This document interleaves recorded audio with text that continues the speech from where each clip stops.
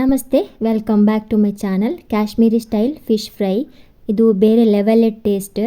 ಒಮ್ಮೆ ತಿಂದರೆ ಇದರ ಸೀಕ್ರೆಟ್ ಕೇಳ್ತಾರೆ. ಸೊ ಹಾಗೆ ನೀವು ಕೂಡ ಒಮ್ಮೆ ಇದನ್ನು ಟ್ರೈ ಮಾಡಿ ನೋಡಿ. ಬನ್ನಿ ಈ ಕಾಶ್ಮೀರಿ ಸ್ಟೈಲ್ ಫಿಶ್ ಫ್ರೈನ ಹೇಗೆ ಮಾಡೋದು ಅಂತ ನೋಡೋಣ. ತುಂಬ ಸುಲಭ.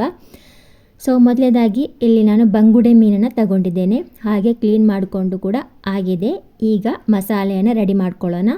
ಮಸಾಲೆಗೆ ಒಂದು ಬೌಲನ್ನು ತಗೊಳ್ಳಿ. ಈ ಬೌಲಿಗೆ 1 ಸ್ಪೂನ್ ಆಗುವಷ್ಟು ಅರಿಶಿನ, ಹಾಗೆ 1.5 ಸ್ಪೂನ್ ಆಗುವಷ್ಟು ಕಾಶ್ಮೀರಿ ರೆಡ್ ಚಿಲ್ಲಿ ಪೌಡರ್, ಇನ್ನು 1.5 ಸ್ಪೂನ್ ಆಗುವಷ್ಟು ನಾರ್ಮಲ್ ಪೌಡರ್, ಚಿಲ್ಲಿ ಪೌಡರ್ ಅಂದರೆ ಖಾರಕ್ಕೋಸ್ಕರ, ಹಾಗೆ 1 ಸ್ಪೂನ್ ಆಗುವಷ್ಟು ಕೊತ್ತಂಬರಿ ಪೌಡರ್, ಹಾಗೆ 1.5 ಸ್ಪೂನ್ ಸೋಂಪು ಪೌಡರ್, ಹಾಗೆ 1 ಸ್ಪೂನ್ ಆಗುವಷ್ಟು ಜೀರಾ ಪೌಡರ್, ಇನ್ನು 1 ಸ್ಪೂನ್ ಆಗುವಷ್ಟು ಅಕ್ಕಿ ಪೌಡರ್, ಹಾಗೆ 2 ಸ್ಪೂನ್ ಆಗುವಷ್ಟು ಶುಂಠಿ ಬೆಳ್ಳುಳ್ಳಿ ಪೇಸ್ಟನ್ನು ಹಾಕ್ಕೊಂಡು ನೆಕ್ಸ್ಟ್ ಅರ್ಧ ಭಾಗದಷ್ಟು ನಿಂಬೆ ಹಣ್ಣಿನ ರಸವನ್ನು ಹಾಕ್ಕೊಂಡು ಚೆನ್ನಾಗಿ ಹಿಂಡಿ, ಹಾಗೆ ರುಚಿಗೆ ತಕ್ಕಷ್ಟು ಉಪ್ಪನ್ನು ಕೂಡ ಹಾಕ್ಕೋಬೇಕು. ಈಗ ಚೆನ್ನಾಗಿ ಇದನ್ನು ಮಿಕ್ಸ್ ಮಾಡ್ಕೋಬೇಕು. ಸೊ ಸ್ವಲ್ಪ ನೀರನ್ನು ಹಾಕ್ಕೊಳ್ತಾ ಇದನ್ನು ಮಿಕ್ಸ್ ಮಾಡ್ಕೋಬೇಕು. ದಪ್ಪ ಪೇಸ್ಟ್ ಇದನ್ನು ಮಾಡ್ಕೋಬೇಕು, ನೀರು ಥರ ಮಾಡ್ಕೋಬಾರ್ದು. ಪೇಸ್ಟ್ ಸ್ವಲ್ಪ ದಪ್ಪವಾಗಿರಬೇಕು. ಸೊ ನೀವಿಲ್ಲಿ ನೋಡ್ಬೋದು, ಈಗ ಪೇಸ್ಟ್ ಕೂಡ ರೆಡಿಯಾಗಿದೆ. ಈಗ ಕ್ಲೀನ್ ಮಾಡಿದಂತಹ ಮೀನನ್ನು ಹಾಕ್ಕೊಳ್ಬೇಕು.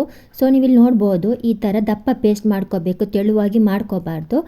ಸೊ ಈಗ ನೋಡಿ, ಕ್ಲೀನ್ ಮಾಡಿದಂಥ ಮೀನನ್ನು ಒಂದೊಂದೇ ಹಾಕ್ಕೊಂಡು ಈಗ ಚೆನ್ನಾಗಿ ಈ ಮೀನಿಗೆ ಈ ಪೇಸ್ಟನ್ನು ಚೆನ್ನಾಗಿ ಹಚ್ಕೋಬೇಕು.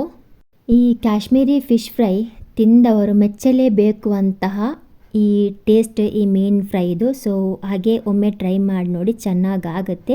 ಸೊ ಈಗ ನೀವಿಲ್ಲಿ ನೋಡ್ಬೋದು, ಈಗ ಎಲ್ಲನೂ ಚೆನ್ನಾಗಿ ಹಚ್ಕೊಂಡಾಗಿದೆ. ಅದಾದಮೇಲೆ ಇದನ್ನೊಂದು 1 ಗಂಟೆ ಅಥವಾ 40 ನಿಮಿಷ ಇದನ್ನು ಫ್ರಿಜ್ಜಲ್ಲಿಡಿ. ಚೆನ್ನಾಗಿ ಮಸಾಲೆ ಎಲ್ಲ ಚೆನ್ನಾಗಿ ಹೀರ್ಕೊಳ್ಳುತ್ತೆ.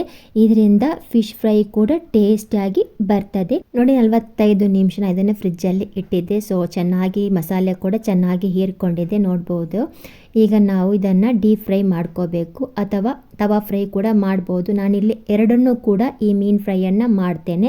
ಈ ಮೀನನ್ನು ತವಾ ಫ್ರೈ ಮತ್ತು ಡೀಪ್ ಫ್ರೈ ಎರಡೂ ಫ್ರೈಯನ್ನು ಕೂಡ ಇವತ್ತು ನಾನು ಮಾಡ್ತೇನೆ. ಸೊ ಮೊದಲನೇದಾಗಿ ಇಲ್ಲಿ ಡೀಪ್ ಫ್ರೈ ಮಾಡಲಿಕ್ಕೆ ಎಣ್ಣೆಯನ್ನು ಇಡಬೇಕಾಗುತ್ತೆ. ಬಾಣಲೆಗೆ ಎಣ್ಣೆಯನ್ನು ಹಾಕ್ಕೊಂಡು ಎಣ್ಣೆ ಚೆನ್ನಾಗಿ ಕಾದ್ಮೇಲೆ ಮಧ್ಯಮ ಉರಿಯಲ್ಲಿ ಇಟ್ಟು ನಂತರ ಈ ಮೀನನ್ನು ಒಂದೊಂದೇ ಹಾಕಿ ಇದಕ್ಕೆ ಹಾಕ್ಕೊಳ್ಬೇಕು.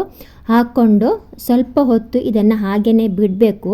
ಬಿಟ್ಟು ಅದಾದಮೇಲೆ ಸ್ವಲ್ಪ ಒಂದು 1/4 ಸ್ಪೂನ್ ಆಗುವಷ್ಟು ಸೋಂಪಿನ ಪುಡಿ, ಅದಾದಮೇಲೆ ಒಂದು 1/4 ಸ್ಪೂನ್ ಆಗುವಷ್ಟು ರೆಡ್ ಚಿಲ್ಲಿ ಅಂದರೆ ಕಾಶ್ಮೀರಿ ರೆಡ್ ಚಿಲ್ಲಿ ಪೌಡರನ್ನು ಹಾಕ್ಕೊಳ್ಬೇಕು. ಹಾಕ್ಕೊಂಡು ಆ ಕಡೆ ಈ ಕಡೆ ತಿರುಗಿಸಿ ಮತ್ತೆ ಅದನ್ನು ತೆಗಿಬೇಕು.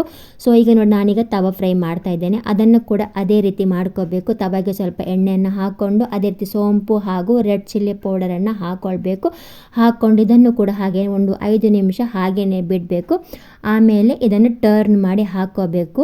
ಇದರಿಂದ ನೋಡಿ, ಈ ಸೋಂಪು ಪೌಡರ್ ಮತ್ತು ಈ ಕಾಶ್ಮೀರ್ ರೆಡ್ ಚಿಲ್ಲಿ ಪೌಡರನ್ನು ಈ ರೀತಿ ಮೇಲೆ ಹಾಕೋದ್ರಿಂದ ಇದರ ಟೇಸ್ಟ್ ಅಂತೂ ಬೇರೆ ಲೆವೆಲಲ್ಲೇ ಇರ್ತದೆ. ಸೊ ನೀವು ಕೂಡ ಒಮ್ಮೆ ಇದನ್ನು ಟ್ರೈ ಮಾಡಿ ನೋಡಿ.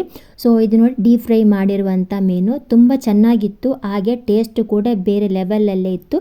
ಸೊ ನೀವು ಕೂಡ ಒಮ್ಮೆ ಟ್ರೈ ಮಾಡಿ ನೋಡಿ ಇದನ್ನು. ಸೊ ಈಗ ತವಾ ಫ್ರೈ ಕೂಡ ಇಲ್ಲಿ ರೆಡಿ ಆಗಿದೆ. ಸೊ ಈಗ ಸ್ವಲ್ಪ ಎಣ್ಣೆಯನ್ನು ಹಾಕ್ಕೊಳ್ಳುವ.